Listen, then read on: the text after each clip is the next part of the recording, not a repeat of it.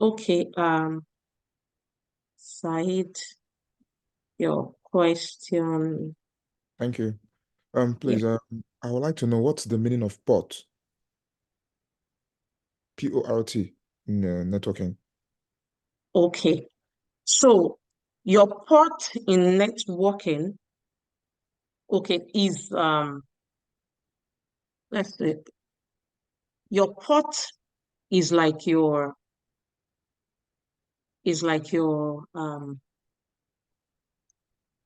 endpoint, is a communication endpoint. That's what it is. So there's you have a computer, um in your computer, you have a computer or any device. The ports are they they receive data across the network, and they are identified by um by is it integers, numbers. They have different value assigned to them. So we talked about the protocols, yeah, and so different protocols use specific port numbers to communicate. For example, the HTTP is a protocol, so it uses a port number 80. So they are your endpoints, they are your communication endpoint used by computers and devices to send and receive data across a network. So you place the port in within that endpoint, the explanation. I hope I'm making some sense. Yes. Yes. Thank you. All right, great. Um, who else has a question? Is Hi, Pat. Hi, Lightning. This is Babajide. Hello. Oh, all right. I can see Lightning's and oh, Oh, sure. All right. Yeah. okay, Hello. yes. Okay. Oh, Okay. yeah. Okay, yeah. Speak, yeah. Okay. My question is this: is in order to add to the last question that was asked, can we say that ports are like doors to which um packets, internet packets, enter into network devices and systems, and wherein they're like doors whereby you can configure the firewall in such a way to kind of close it or open it or allow certain specific traffic IPs to come in and also not allow some traffic IPs to come in? Are they like doors? Could we say that they are like doors? I And absolutely agree. Can you hear me? Yeah, I I can hear you. absolutely, yes, you hit the nail on the head. It's like in a building, there are different doors. There are different doors. A room of, let's say you're on holiday, you see room 101, room 102. Obviously, you won't have numbers on your doors. So you have room 101, room 102. So in networking, there are different services with that have different services or applications with ports with specific numbers. And we can actually see, describe them as port. And it's like an entry point, if you get what I mean, an entry point. So when you have this protocol HTTPS, you are on a secured you are using a secure protocol to access a resource. Well, if you're on HTTP, you know that is not secured. You understand? So there's the entry point, and that is like the main, most of the time where attackers try to find entry, because once they get entry through a port, they can perform all sort of exploits. Thank you very much for that, Babajide. I don't know if anyone wants to add or anyone has. iPad. This is Babajide. Okay. Can I add to that? Yes, please. Yes, please. Thank you. Basically, you can actually see ports as where things start and end, to put it in the layman terms. And give me a second, please. Give me a second. Can someone take over, please? I'll continue Okay. shortly. All right. Okay. Yeah. Lightning. Yeah, yeah. I have another question. This is my main question. I know that most now, in terms of IP addresses, the version that is being used is IPv4. And I know that right now, at the moment, there is not enough of it to go around. And sometimes you could have a company using a particular IP address in this part of the world, and in another part of the world, some other company is using the same IP address. So my question is, are IP address attached to geolocation, to specific geolocations? iPads, James, can I answer that one? James, please. Okay. Yeah. Thank you.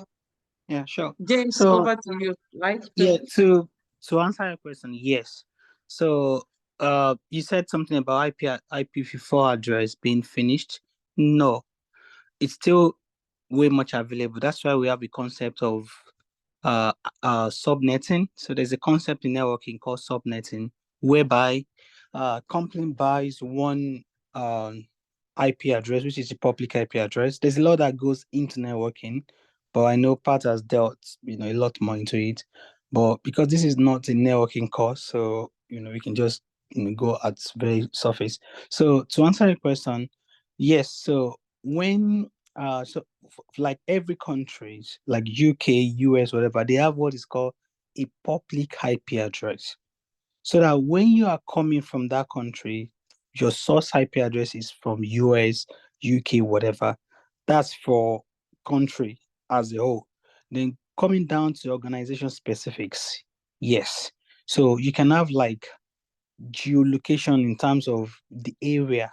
You can nail it down to London, to Oxford, whatever, to Scotland, and all of those things can be done.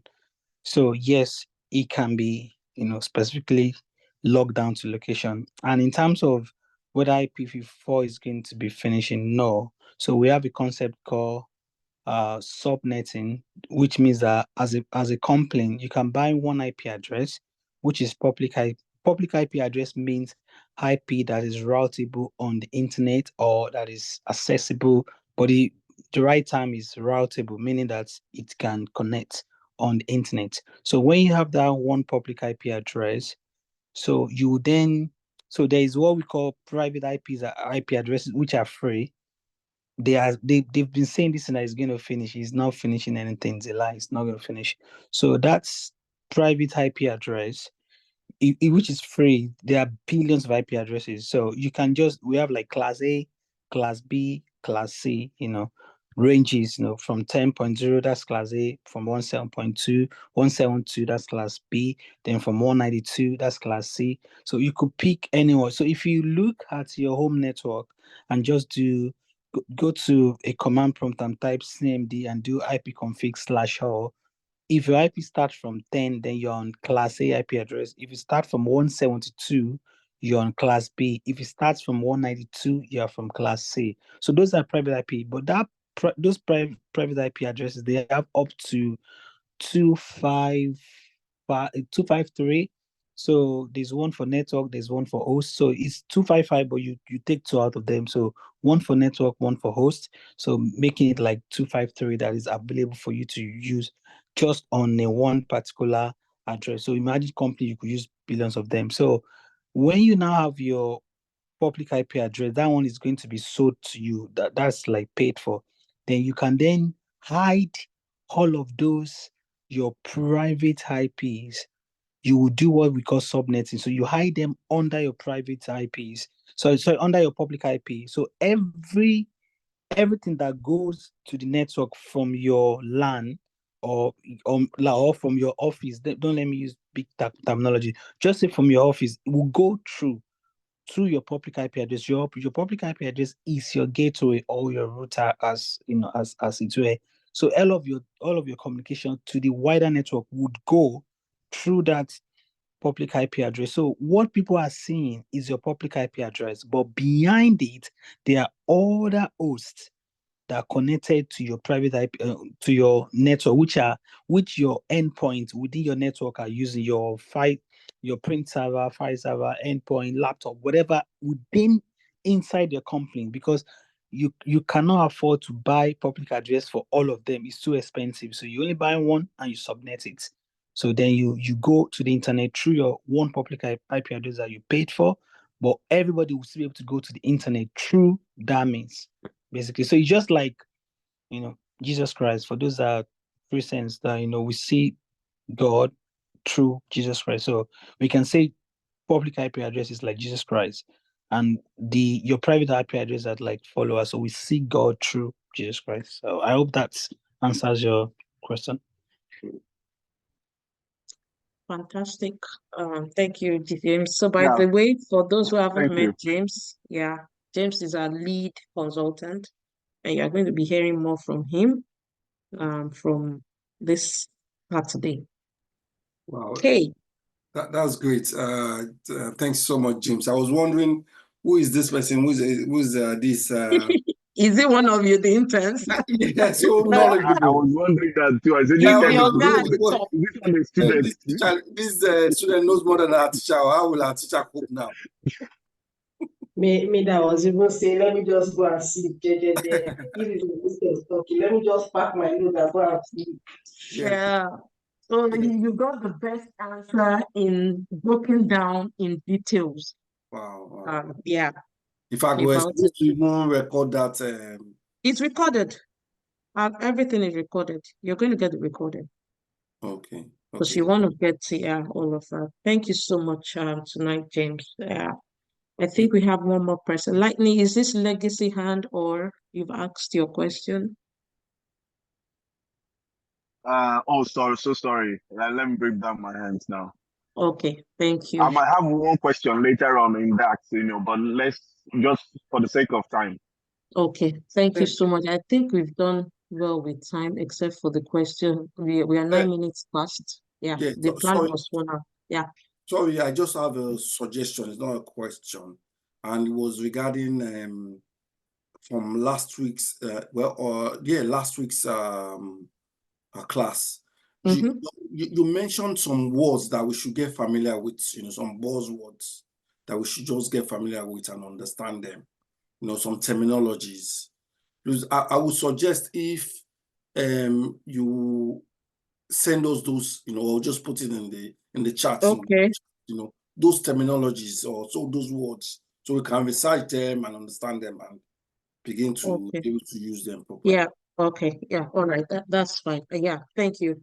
Yeah. Thank you for mentioning that. And that will bring me to the expectation from us from the wider team.